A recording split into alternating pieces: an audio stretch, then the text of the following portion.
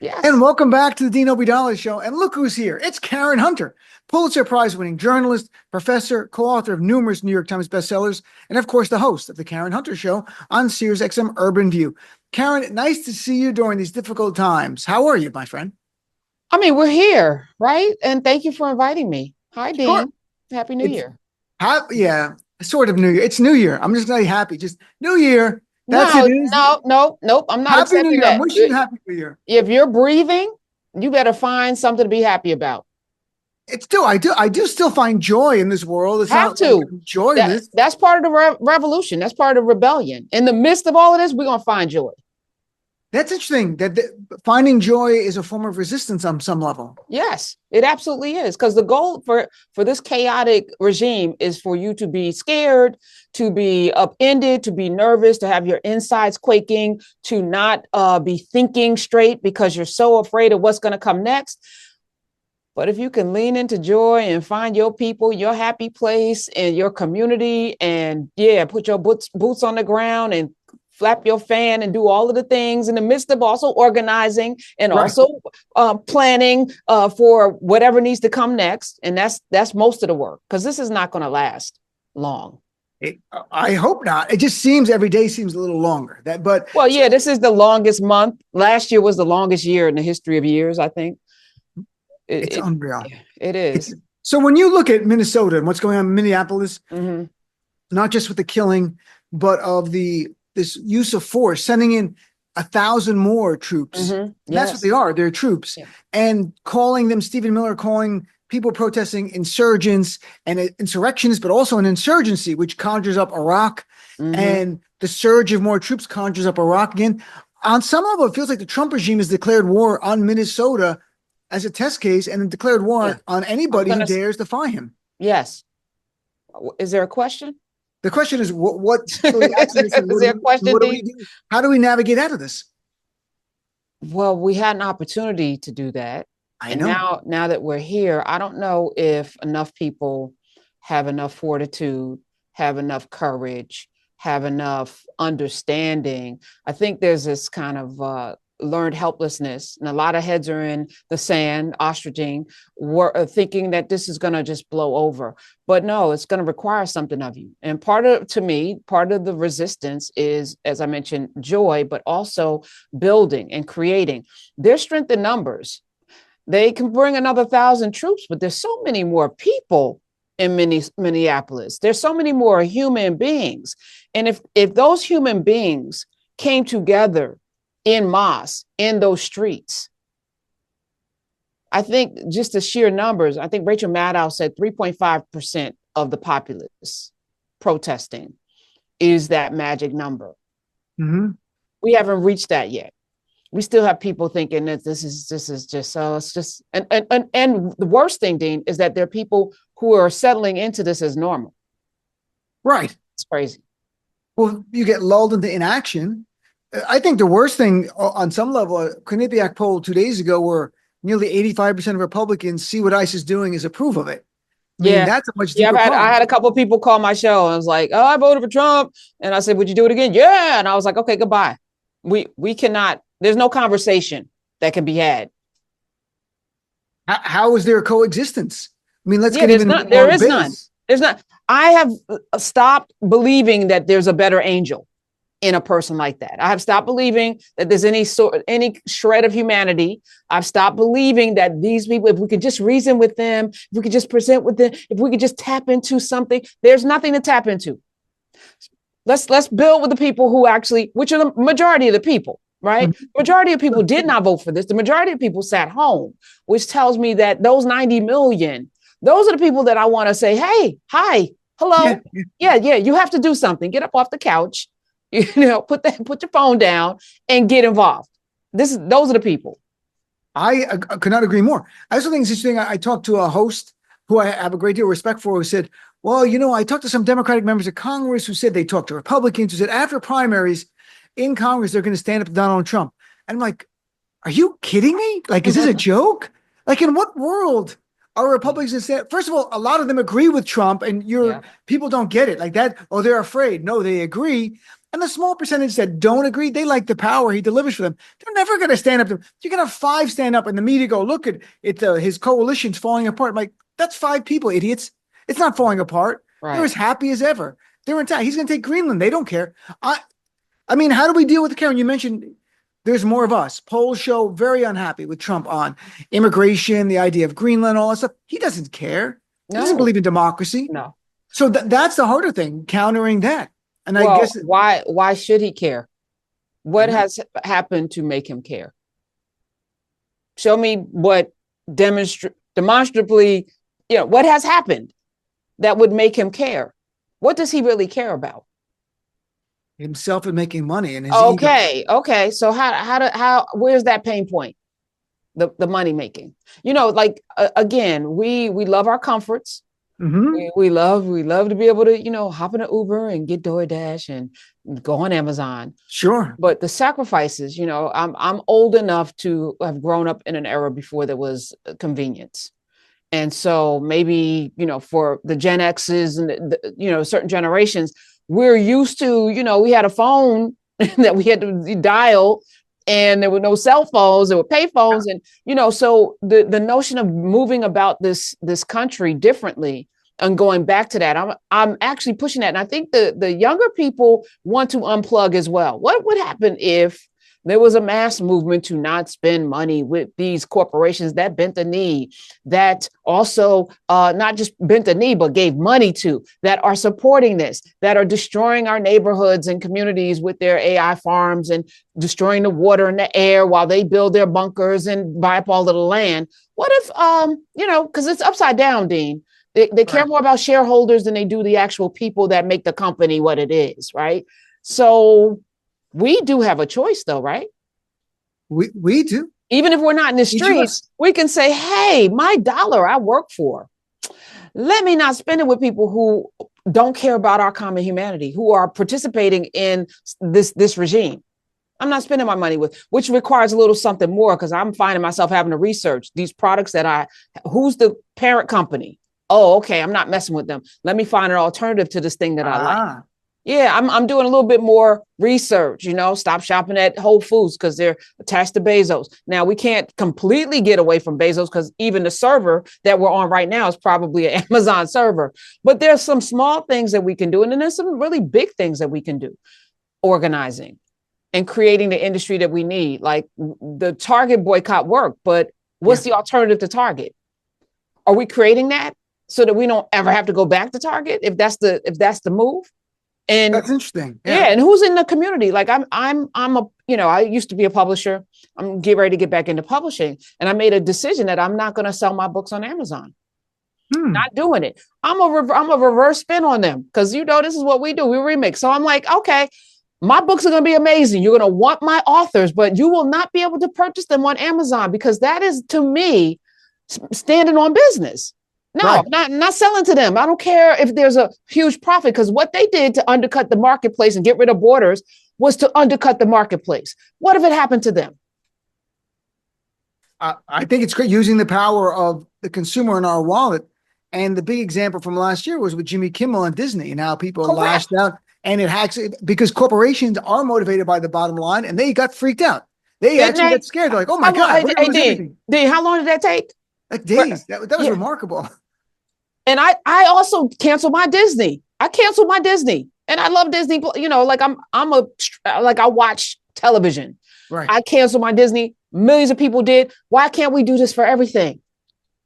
And why Kimmel and not Renee Good? Why Kimmel and not, I think for Kimmel, it was much more one-to-one about what we could do. With Renee Good, if you gave a call to action and said, there's something, this will result. If you boycott ICE, and on my show yesterday, I talked about some of the companies. The Nation had a really good article. The companies supporting ICE, from Home Depot, Comcast. I'm not sure how Comcast, but Comcast, because I think of them as a TV channel.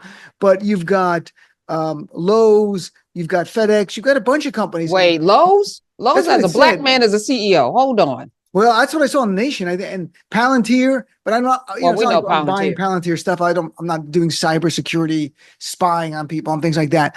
But it was definitely Home Depot. I could be wrong about Lowe's. No, you are wrong. You're wrong about Lowe's. They support the ice bucket challenge. What? Oh, that's you're looking up. All right, so I'm looking at I was looking at the article. I always give the source so people can check it out. So if I'm wrong, I was reading the article in the Nation a few days ago, and I could misremember about Lowe's, but Home Depot was definitely there. FedEx was there. AT&T is there. Yeah, Home Depot has been consistently on the wrong side of history. So, and the question is, what do people want to do about it? When you have alternatives, you can easily do it with home construction, that kind of stuff. But making people aware of it, step one. And then call to action is the next thing. Get involved. And then seeing some results inspires people more. So, I mean, Karen, when we look at the midterm elections, Donald Trump yesterday, again, the second time in a short period of time, raising the idea of no midterms because he's doing such a great job. We don't even need elections anymore. Like a dictator, he's saying that to himself. Yes. I've done such a great job. We don't even need elections. Where do you come down in terms of do you talk about that stuff? Is it just focus on the elections? How do we secure our elections? Because we know he's going to try to cheat. Yeah. That's 100%. Yeah. And declare martial law and suspend elections. Like this is what is being teed up, which is why he's doubling down on the violence. I have the distinction of being someone raised in a community that has seen this story before and worse versions of it. I'm 5 generations here. I actually know my mother's grandmother was enslaved, right? She used to stay on a plantation with her great grandmother.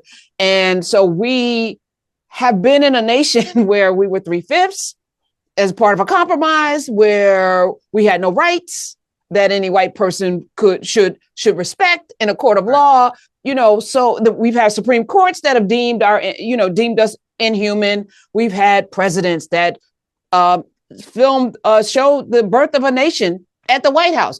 This segregation, Jim Crow, and Jim Crow, which gave us the Nazi Nuremberg laws, they studied here.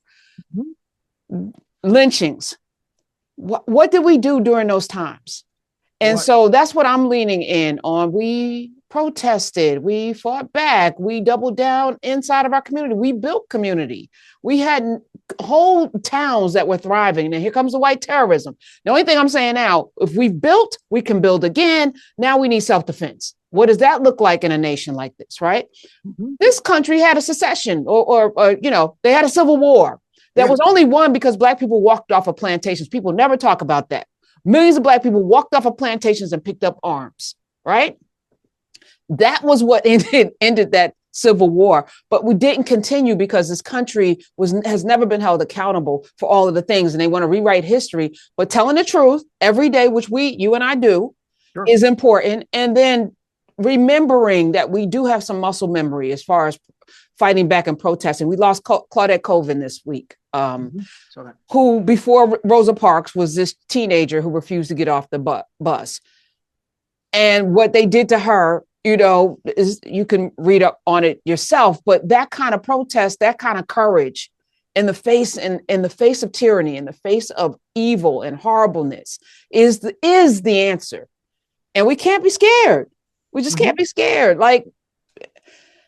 And you can't be complacent. And I feel very confident. Yes, I think there's going to be a lot of pain. I think there's going to be a lot of suffering, but I don't think this is going to be our norm. I don't. I think enough people will stand up and do something. I agree. And also to your bigger point, we've been through this, or your community's been through it worse. I've had many Black listeners call the show to make that point. Like don't say we've never been through this before, what we're going through with Trump. They would go through the history. And it's been a really good learning exercise for me to open up my eyes, because I'm looking at very immediate. Like, I've never seen in my lifetime an American troop, during the civil rights movement. I'm sure there were times that troops were used and stuff like that, but this is deliberate. This is about maliciousness. This is about hurting Americans to assert control. No, but Bloody Sunday, this is always the reason why there was a Black Panther Party is because of the brutality that was happening in California. Right. And the men and women decided that they were going to, we're going to show up and make sure that you're going to stop beating on our young people. You're going to stop doing that. As a matter of fact, we're going to feed our young people, and we're going to teach our young people, and we're going to protect our young people. And that changed the law in California. The gun laws changed because of that. Mm-hmm. School lunch programs came into being. And this came from the people. This was not a government program, but because these young people, these college students decided that they had enough. So I don't know what the pain point is for the people listening, but I've had enough. I don't know. Have you had enough, Dean? A long time ago, I had enough. Okay. Yeah, Okay. So what? Yeah. So what? I think anybody that's listening, if you're not involved in an organization, get involved. If the organizations in your community suck, get involved and run them. If the organizations in your community suck, get involved with other friends and take it over and provide what is needed, because this, to me, they can't get all of us. They cannot. So all of us need to be involved in pushing back. And those 77 million that think that this is okay, there's 230 plus million. You're outnumbered. You know, they are. If we can get them to care Yeah. people listening to our shows care. Yes. I always say it's reaching those other people who didn't vote, didn't think it was important. And right now, until something personally affects them for various reasons, some are busy just trying to make ends meet. Some just don't care about politics. That's all bullshit. They're all the same, that kind of stuff. So that's the world, to get those other people to care. And it takes them to be personally affected. And for some, it's inflation, affordability. And I don't know if that's an entree into getting to them. Because I call cap on that. In a minute. They're not I call paying cap. attention to I call cap when everybody talk about price of eggs and gas. And I'm not saying that people aren't suffering, but I've seen real suffering. I've seen real. No. I'm saying but if these people have not felt it, they're not going through, they're not paying attention. I don't know how you wake them up. If it affects them personally, you wake them, right? So how do we make them care personally? The ones who didn't vote, didn't think it matters. I've talked to so many people. I hate politics. I don't watch. I don't care. Like, you should care. And unless I can say something compelling for their lives, personal, it will affect them. And the flip side is like Zoran Mondani running in New York on ideas that people think about will help their lives. Childcare. Oh my God, I can go to work. I don't have to worry about my childcare. This really helps you freezing the rent. That affects your life. So how do you do? And that's why he brought in so many young people. The guy won 70% of people under 45. No one does that. You just answered the question. Last year and a half ago, nobody knew this man's name. A year ago, they didn't know how to pronounce it. A year ago, no one knew. He was trending at less than 1%. Yep. What did he do? I've always operated, Dean, from this perspective that a constant drip on any hard surface over a period of time will erode through, right? So it's been my life's mission to be a constant drip. I'm going to keep dropping. We're going to just consistently doing it because we believe in it, number one, but also you have to tell people and tell them again. I don't know if you were raised in a household like I was, but my mother would tell me something and I'd hear it from somebody else. And then I come home and say, I had this idea. My mother would be like, I've been telling you this all along. But what she doesn't realize is that she planted the seed.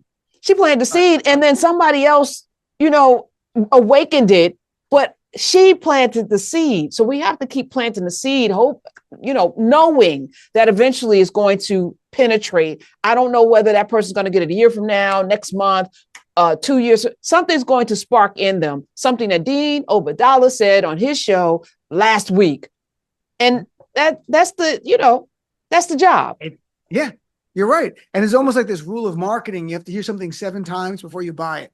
Like there's some, I don't know if it's a real rule, but I've read it that this is a rule of marketing. So that's why you see ads all over. And like, why are they putting a billboard there? I'm not going to buy it while I'm driving. It's just another place. And then you see an ad on your thing. And so you're looking at the watch or the toy or whatever it is. Like, I should buy that. Let me go buy that. I'm chatting with our friend Karen Hunter. Karen, so recently Trump slammed the Civil Rights Act. And I was talking about on this show many times, the whole movement, and you know this, I'm not telling you anything new. It is a regressive movement that wants to go back on all progress. And of course, equality is part of it. So he's coming after the Civil Rights Act now saying, quote, white people were very badly treated because of the Civil Rights Act. This is just remarkable. So white people have been suffering. They've been oppressed since the Civil Rights Act because equality to white supremacists means oppression. So where do you think he's going to go? I mean, I think there's the appetite on the right to reverse it or get this right-wing court to go, you know what? The Civil Rights Act is unconstitutional. It's unfair on a racial basis. It sounds remarkable to say that, like outrageous, but I think it's possible. Well, did affirmative action get overturned? Yeah. Okay. So they're doing it. I'm actually grateful. I want to say thank you to how ridiculous this regime has been, because people are now reading more. They're now studying more. Some of the most popular spaces are people delivering history. I'm looking at Kai Cenat reading books on publicly. And there is that waking up that you're talking about is because like, hey, wait, we take for granted things when we have them. But when somebody deigns to take it away is when people go like, wait a minute, what? I just thought we were just free. No, freedom isn't free. You have to work for it. And now that it's being taken away, now that it is being eroded, now that it is being assaulted, I see more and more young people, to your point, saying, hey, no. And they have a lot to lose. So I'm excited. I'm actually optimistic. I think all of the things they're doing, it's going to backfire. It's going to be some pain in the interim.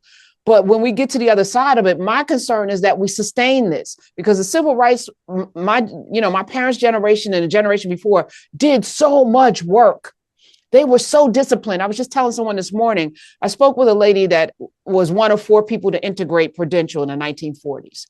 And she had to go to training for 6 weeks to learn how to take the abuse that would be coming.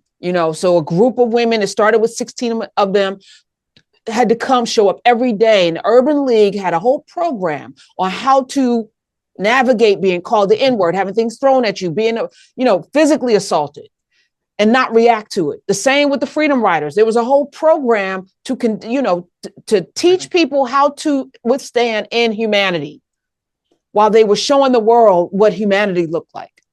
We don't have that anymore. Maybe it's time to revisit that. All of these institutional organizations that have been getting a lot of money over the years. Yeah. Enough with the reports. Get busy organizing and teaching people how to organize and be activists, right? This is that time. So I'm excited that this is going to happen because it has to. And, so if you ask me, we're gonna better days are ahead, says Karen Hunter. Last thing, Karen, and it's actually really related to this conversation, is it's a 2-year anniversary of Joe Madison's passing. January 31st. You know Joe very well. Yeah. I got to know him over the last few years. He was on my show. I found him inspirational, and the lesson and his legacy to me is that being a radio host, you're also an activist on your show, but also an activist in the real world. It's not just sitting on the radio show, like go out and do things. How do you, when you look back at Joe's life and then, it's 2 years since his passing, what do you remember? All of that. Every day he would say, what are you going to do about it? People call up bitching and complaining, blah, blah, blah, blah, this is all going, what are you going to do about it? And he would cuss you out. You're not going to waste his time. We don't have a lot of time for you to, with these circular conversations. I'm going to have a swear jar, but you're going to get your ass cussed out, called up with nonsense. And I'm going to yell at you too. But at the end of the day, I'm going to roll up my sleeves. I'm going to get in them streets. I'm going to go march. Like, he walked for not just civil rights, for voting rights. He went to the Sudan over the enslavement of people in the Sudan. So it wasn't just here. Our little borders that we live in, that's not our job as human beings. We are global citizens. What happens there should impact you. I hear a lot of people, oh, that's over there. That's not my problem. It is your problem, because these people breathe. They care. They have hearts. They have families. They have everything that you have. These borders shouldn't separate us. And Joe didn't allow that either. And his daughter, Shauna Renee, actually sits in his seat 7 to 10 on Urban View mornings, Mondays and Tuesdays. And she fills in across the board. So that baton, that legacy, as he said, I'm not going to pass my torch. I'm going to light yours. That was another thing, so I always think about that. My torch is lit. Let me come on. But that means you have to have a torch. That means you have to have something in your torch that can be lit. So there's still a responsibility on everybody. That was the legacy of Joe Madison. I love that. Let me light your torch. Yeah. Such a big loss, but such a legacy there of inspiration for many of us. And for me personally, honestly, I think about it many times. Well, Karen, I want to thank you so much for coming on, making some time before your own show. Of course, check out Karen Hunter's show on SiriusXM Urban View, which I'm sure people do. And also Karen Hunter is awesome. If you missed the radio show, I have a podcast, mostly original content. So check that out too. Karen Hunter's awesome. And that's on the normal wherever you get your podcast. It's free.